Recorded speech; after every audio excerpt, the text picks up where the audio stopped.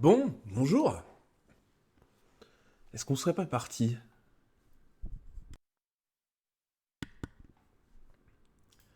Allez, je remets quand même un peu de musique. Bonjour, bonjour. Alors, ce matin, petite... Oula, c'est un peu bas, cette histoire. Hop là. Petite revue de presse de psychologie positive rapide. Attendez, j'allume quand même derrière, ce sera mieux. Je sais pas si je vais... Attendez, hop.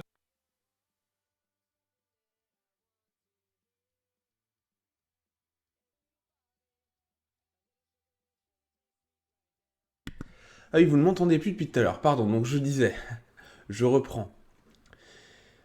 On a deux articles ce matin. Un article sur la manière de former des relations, en tout cas comment les relations naissent, et un autre article sur la différence entre humilité intellectuelle et arrogance et comment les deux choses sont en fait euh, assez proches finalement dans les jugements qu'on peut faire. Désolé, j'avais coupé le micro, j'ai permis. Donc forcément, ça marche pas.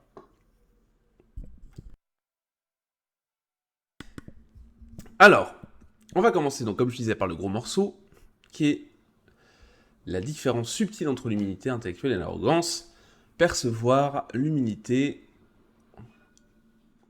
comment on perçoit l'humilité parmi les gens intellectuellement humbles et les narcissiques.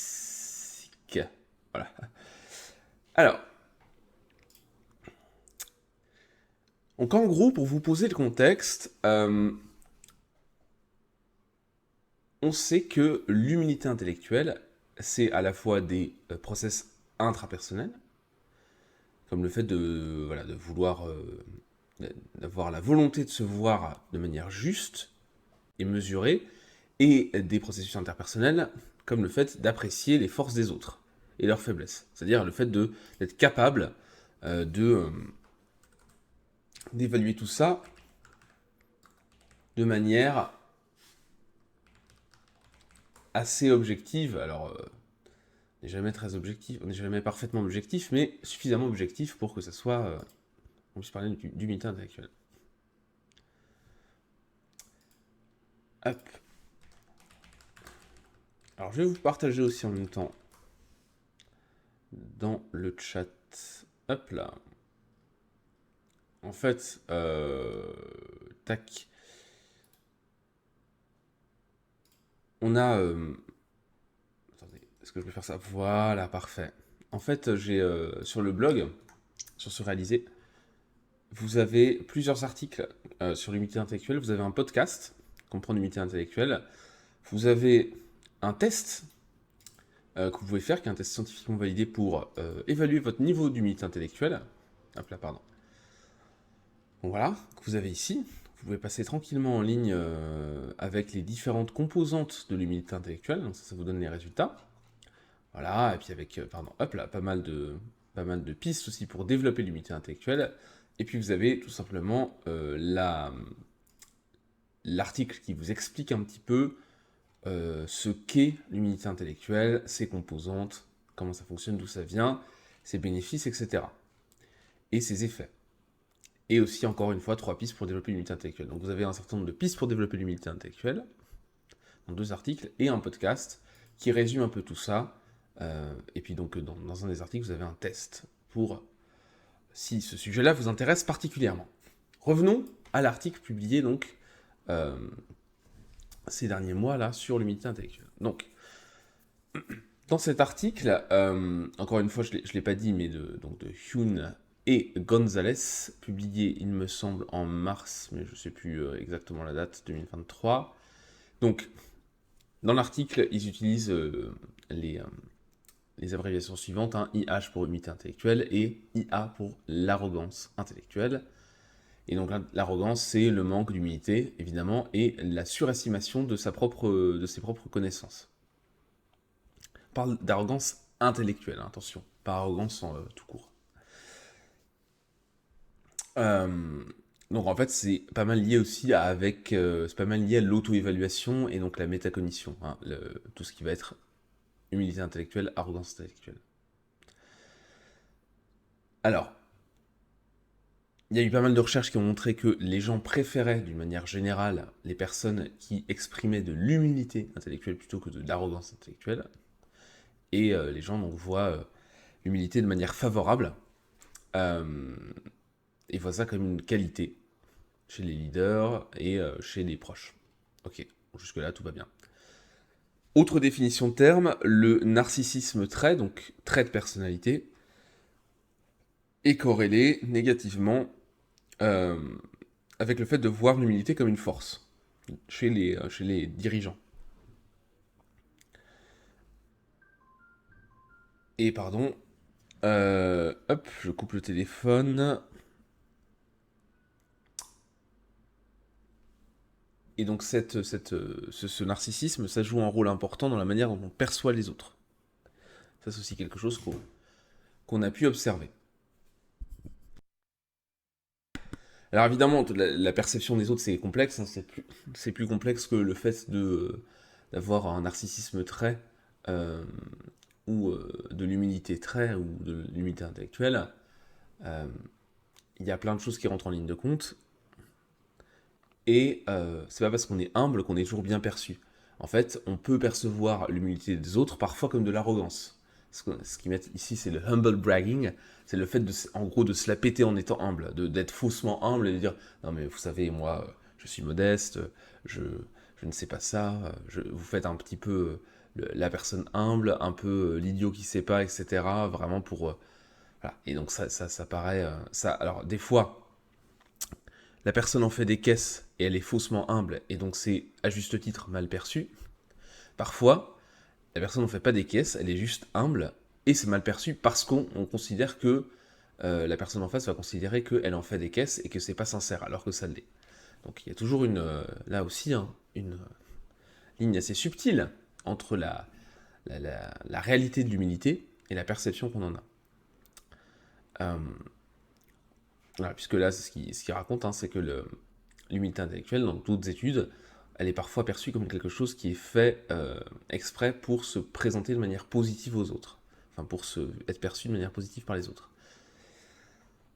Donc ces expressions d'humilité ou le manque d'expression d'humilité, ça a des effets sur la réputation de quelqu'un, d'une personne, et ça peut être utilisé comme un signal, enfin comme une manière de souligner des compétences oui, des compétences tout court et des compétences de communication en particulier. Alors maintenant, on a parlé du narcissisme trait, on a aussi l'humilité intellectuelle trait, donc le fait que ce soit un trait de personnalité, le fait d'être humble. Quand vous faites le test des forces de caractère, par exemple, l'humilité, ça fait partie des forces qui peuvent être caractéristiques de vos comportements. Dans ces cas-là, on se rapproche d'un trait de personnalité, finalement, de quelque chose qui est vraiment caractéristique. Euh, et ceux qui ont ce trait de personnalité-là, évidemment, ont tendance à faire preuve d'humilité de manière plus fréquente au quotidien. Ils sont aussi plus orientés vers les autres et sont plus attentifs aux preuves qu'on peut présenter dans des arguments, voilà, pour convaincre quelqu'un, ils vont faire attention aux preuves qui sont présentées, etc.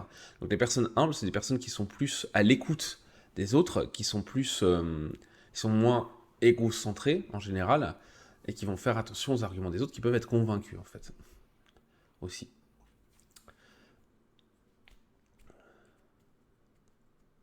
Et donc ceux qui sont par contre un peu plus narcissiques en termes de traits de personnalité, peuvent avoir tendance à percevoir négativement ceux qui font preuve d'humilité intellectuelle et peuvent avoir plus de difficultés à faire la différence entre l'humilité intellectuelle et l'arrogance intellectuelle, qui est en fait une espèce de continuum quelque part. Et donc voilà, soit vous êtes très humble, soit vous êtes très arrogant, et ils ont du mal parfois à distinguer entre les deux. Vous voyez les expressions sincères d'humilité ou non. Les narcissiques, pardon, en français, j'ai du mal là, ont tendance à... leur but c'est de protéger leur supériorité, leur image d'eux-mêmes, et donc il faut minimiser les qualités chez les autres. Donc évidemment, l'humilité étant une qualité de manière générale, elle est perçue de manière générale comme une qualité, vous allez avoir une réduction de cette perception-là.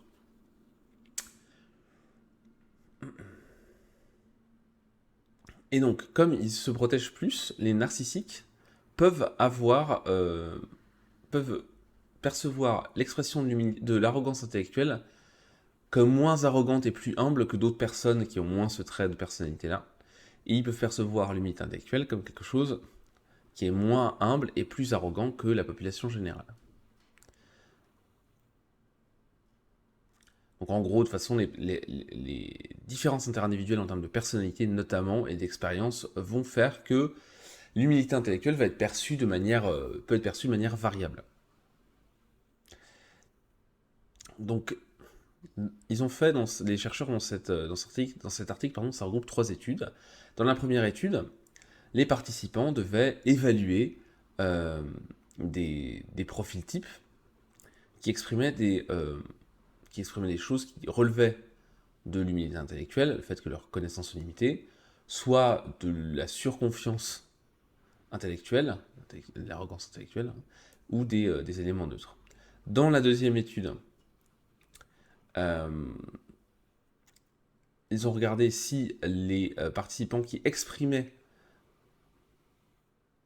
le fait qu'ils en savaient beaucoup sur un sujet ou peu sur un sujet, allaient avoir un impact sur la manière dont les autres les percevaient en termes de chaleur et de compétences. De chaleur, comme on pourrait dire en français, de proximité, le côté chaleureux, quoi, voilà. Et dans la troisième étude, ils ont en fait reproduit l'étude 1 de manière un petit peu différente, mais bon, sur le grand principe, c'est ça. Et à chaque fois, ils mesuraient le narcissisme trait et l'humilité intellectuelle pour voir un petit peu si ça avait un impact. Donc dans l'ensemble, on a dans la première étude 150 participants. Je vous lis les conclusions directement. Tac, dans l'étude 2, on a 250 participants. Et dans l'étude 3, nous avons, je ne l'ai pas surligné, mais on va le retrouver très vite. On a 400 participants. Bon. Alors, qu'est-ce qu'on peut conclure de ces études? Qu'est-ce que ça a montré finalement? Les 3 études ont montré quoi? Eh bien que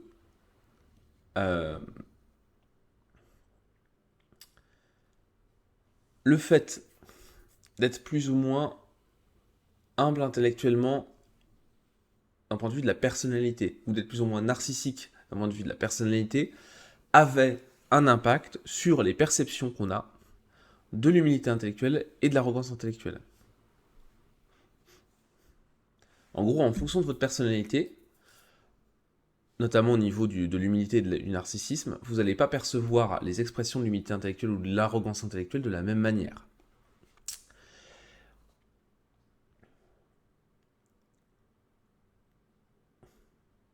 En fait, on a des tendances générales, donc on retrouve les résultats qu'on connaît, c'est-à-dire que d'une manière générale, les gens préfèrent les personnes qui expriment de l'humilité intellectuelle plutôt que de l'arrogance intellectuelle.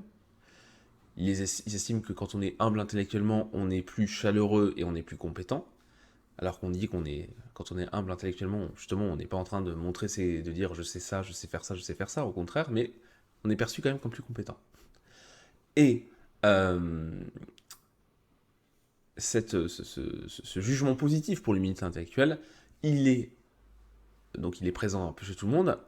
Et en plus, quand vous avez l'humilité intellectuelle comme trait de personnalité, ça va augmenter encore ce jugement positif. Et quand vous êtes plus narcissique d'un point de vue de la personnalité, un peu plus centré sur vous, vous allez avoir une réduction de cette perception positive.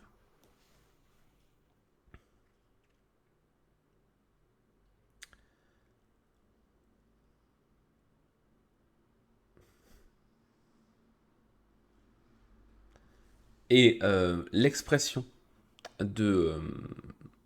quand une personne devait juger des déclarations de personnes de plus en plus humbles intellectuellement, en fait, qui reconnaissaient leurs limites personnelles dans leur connaissance, en fait, plus la personne qui jugeait était humble intellectuellement. Alors, attendez, hop, il fallait que je tousse.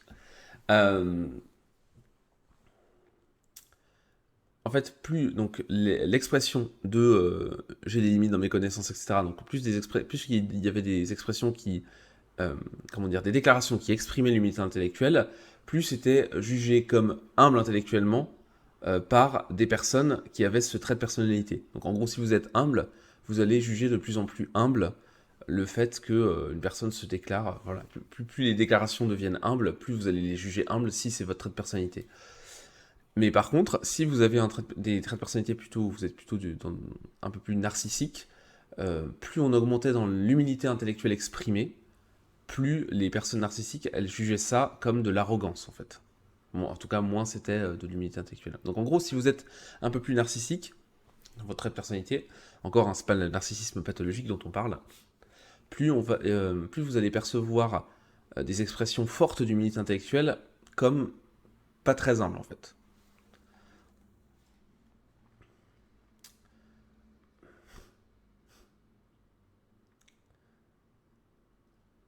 Donc en gros,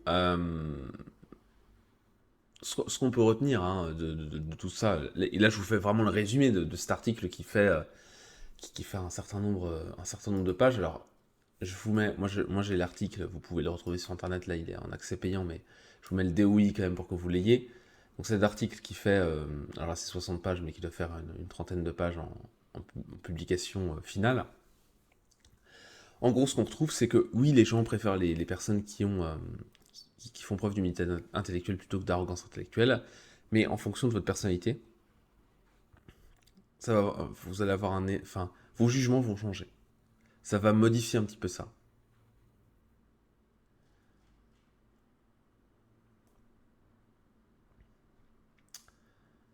Alors en plus de ces conclusions générales, encore une fois, je vais très très vite sur cet article. Bon, parce que comme c'est un article de recherche direct, là, j'ai pas envie d'être trop lourd sur le contenu, mais euh, voilà, en gros, ce qu'on peut retenir, c'est que l'humilité intellectuelle, c'est quand même plutôt quelque chose qui est bien perçu. L'arrogance intellectuelle, c'est plutôt mal perçu. Pas trop de surprise. Mais en fonction de votre personnalité, ça va plus ou moins vous agacer, plus ou moins vous irriter, et vous allez le percevoir plus ou moins positivement. Ça va moduler un petit peu cette tendance générale. Alors il y a d'autres études, et là c'est un peu l'ouverture, la réflexion des auteurs, c'est que euh, la perception de l'humilité intellectuelle, elle est aussi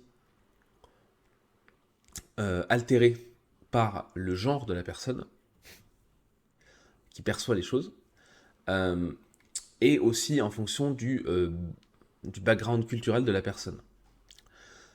Donc ça nous dit tout simplement que, pardon, ça nous dit tout simplement que, en fait, en fonction d'un certain nombre de traits, si vous êtes intellectuellement humble, donc là vous allez avoir, vous allez avoir hein, il y a tous les éléments, je vous partage pas toutes les tables, etc., les citations, bon, tout ce qui est utilisé dans l'étude.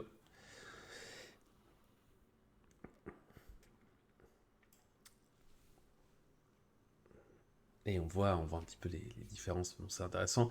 Je ne pas dans le détail, mais en gros, ce que ça nous dit, c'est que, en fonction de votre perception, de votre culture, de votre genre, même visiblement, et surtout de votre personnalité, vous n'allez pas percevoir les choses de la même manière au niveau de l'humilité intellectuelle. Et donc, si vous êtes humble intellectuellement, si vous avez ce trait de personnalité d'humilité, il faut faire attention à la manière dont, enfin, comment dire, en fonction des personnes avec lesquelles on est, il faut faire attention au dosage. C'est toujours pareil, hein, si je rebondis sur les forces, une force ne reste une force que quand elle n'est pas surdosée. Si vous surjouez l'humilité intellectuelle tout le temps, si vous êtes excessivement humble, voire que entre guillemets, vous merdifiez devant les gens en permanence, même pour vous, alors ça va être mal perçu. Soit on va pas percevoir ça comme l'humilité, mais comme de l'arrogance, genre vous faites exprès, et voilà. Soit on va vous prendre au pied de la lettre, et ça peut être de l'humilité, ça va être ah oui, il est vraiment naze. Donc il faut faire attention la manière dont on dose les choses. Voilà, tout simplement. Deuxième article. Deuxième article. Alors, ici, on est sur un article de vulgarisation qui se base sur un article scientifique que je vous mets aussi dans le chat, le lien. Hop. En tout cas, vous avez le DOI. Vous pourrez avoir accès à l'article éventuellement. Donc, qu'est-ce qui se passe enfin, comment les premières interactions vont permettre de prédire la manière dont une relation évolue par la suite. Voilà. Et donc cette étude, pardon, elle a été publiée là aussi en 2023, en février, par Jolink Algoe et d'autres auteurs, dont Baumeister, qui a beaucoup écrit sur la déplétion, la perte d'ego, je crois. Hein. Oui, c'est ça, hein, je ne me trompe pas.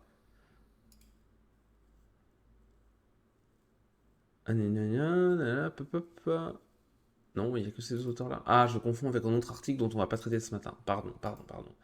Donc, Jolink Algoe. Ok. Donc, deux auteurs. Alors, qu'est-ce qu'ils ont fait? Et d'ailleurs, je vais vous épingler les choses.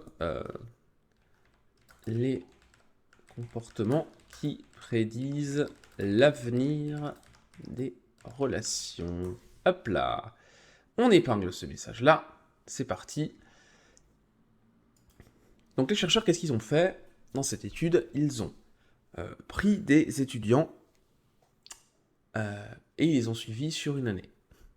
Enfin, sur un semestre, pardon. Ils ont regardé leur relation au début du semestre, leur rencontre et comment ça évoluait au fur et à mesure.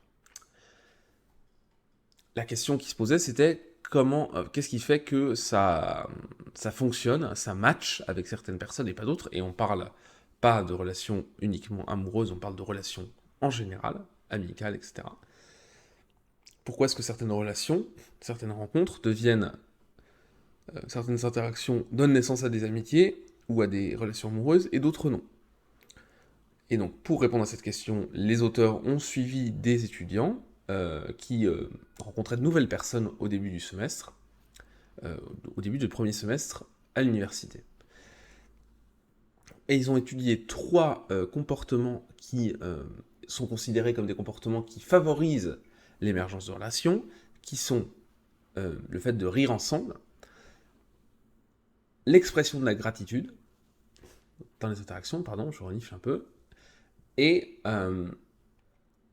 le fait d'avoir un contact physique, le fait de toucher la personne. Ça, c'est des choses, voilà, on sait que ça a un impact sur la perception de l'autre, donc des relations.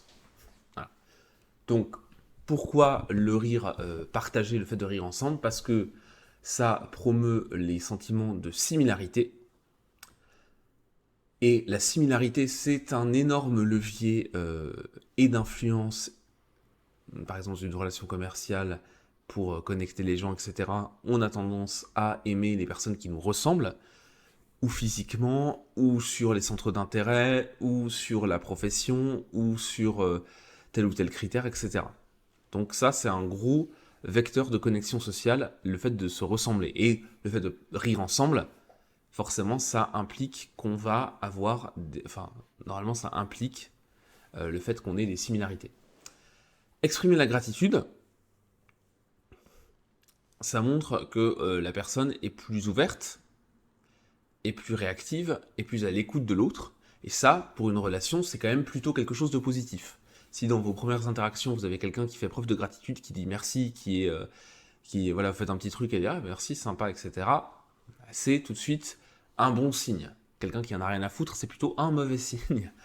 Et le toucher, ça promeut, ça facilite, ça fait émerger des sentiments d'intimité et de connexion. Et là aussi, on le sait, hein, dans les relations, ça a une influence. Il y a des études qui ont été faites dans les années 2000 qui montrent que le simple fait que, par exemple, un serveur ou une serveuse a un léger contact physique très subtil avec un client dans un café hein, ou dans un restaurant, ça va favoriser, alors c'est des études pré-Covid, hein, mais ça va favoriser le fait de, ça va être corrélé au montant du pourboire qui est laissé.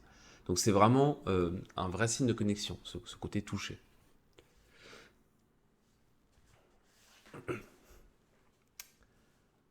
Donc ça c'est les critères qu'ils ont relevés, comportementaux, qui vont regarder, surveiller, observer. Alors, les participants, qu'est-ce qu'ils ont fait, ces étudiants? Ils devaient noter quand ils avaient une conversation individuelle avec une personne, alors qu'elle soit courte ou que ça soit quelque chose de plus long.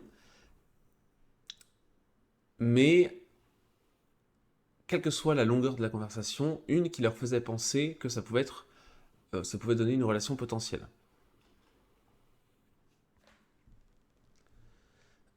Donc il devait, à chaque fois qu'il rencontrait la personne la première fois, relever ça, et il y avait un petit questionnaire pour voir justement les comportements en question.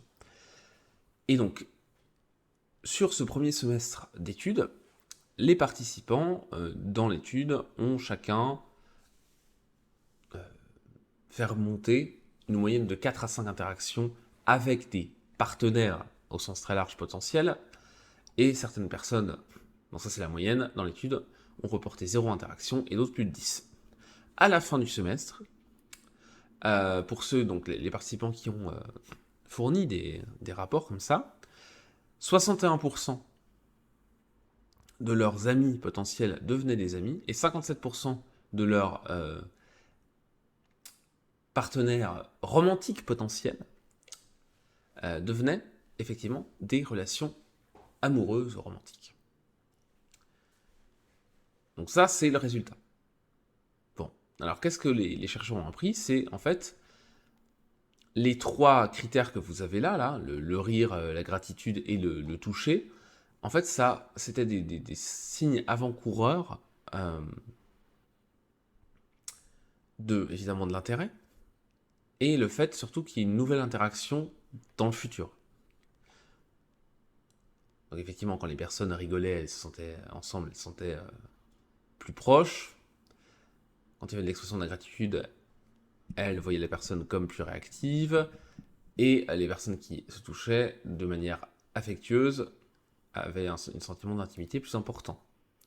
Et quand on avait les 3, on avait plus de chances d'avoir une nouvelle interaction avec cette personne à l'avenir, voilà, plus de chances de revoir la personne et de nouveau avoir des interactions avec elle. Et c'était vrai pour les amitiés comme pour les relations intimes. Donc c'est des choses, alors là c'est vraiment un résumé rapide, mais donc ces 3 leviers-là sont des choses qui permettent de prédire les relations. Donc c'est-à-dire qu'en fait, alors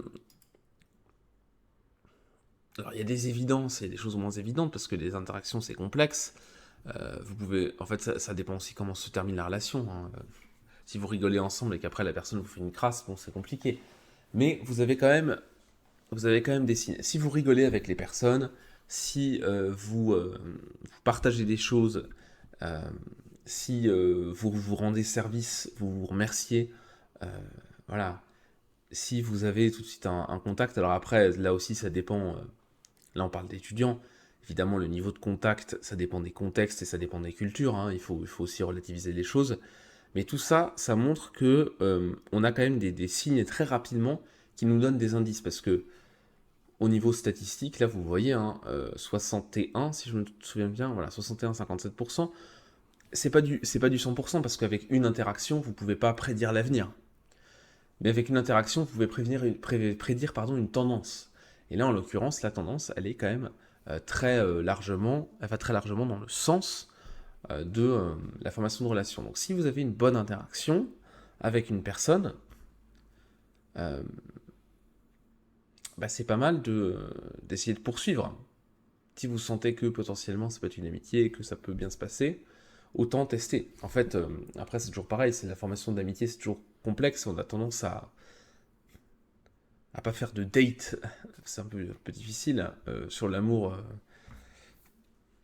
comme c'est une forte valeur en Occident et dans le monde entier d'ailleurs, voilà, et que c'est même socialement très très important, on a des applications pour ça maintenant, de rencontres, etc., pour favoriser ça, mais l'amitié c'est d'autant plus important, donc c'est intéressant de savoir comment ça se forme, de manière organique, et ça permet comme ça de voir un petit peu ce qui favorise les choses.